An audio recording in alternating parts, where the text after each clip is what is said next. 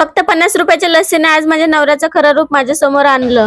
खूप दिवसापासून लस्सी प्यायची इच्छा झाली होती आणि नवऱ्याचं चालू होतं की एवढ्या पावसाळ्यात तुला कशाला लस्सी प्यायची, सर्दी होऊन जाणार उगाचच. तरी पण रात्री त्यांना मी लस्सी आणायलाच सांगितली. नवऱ्याची दृष्टी लागली आणि खरंच सर्दी झाली. बायको ही नवऱ्यासाठी परकीच असते हे लग्न झाल्यानंतर हळूहळू समजतं, कारण लग्न आधी नवऱ्याला बायको सर्वच वाटते आणि लग्नानंतर फक्त किटकिट. छोट्याशा किरकोळ भांडणावरून लगेच माझ्या नवऱ्याने मला लस्सीचे पैसे मागितले आणि रागारागात मी पण ते देऊन टाकले.